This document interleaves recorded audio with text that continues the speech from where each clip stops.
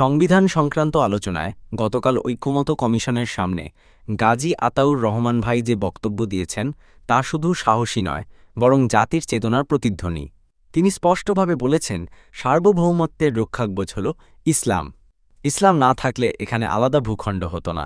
ভারতের সাথে মিশতে আমাদের কোনো সমস্যা ছিল না। অতএব এই বাস্তবতা মাথায় রেখেই আমাদের সংবিধানের মূলনীতি ঠিক করা লাগবে।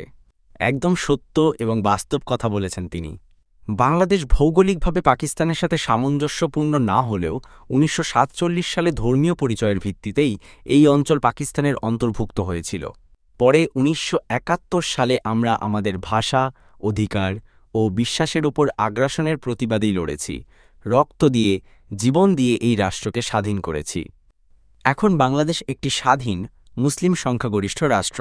এই রাষ্ট্রের মূলভিত্তি ইসলাম।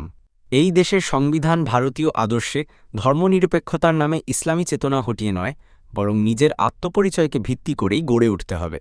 এই মাটির অস্তিত্বেই ইসলাম ছিল, আছে, থাকবে ইনশাআল্লাহ, এমনটি তিনি মন্তব্য করেছেন। আপনারা কি তার সাথে একমত? একমত হলে অবশ্যই কমেন্ট করুন।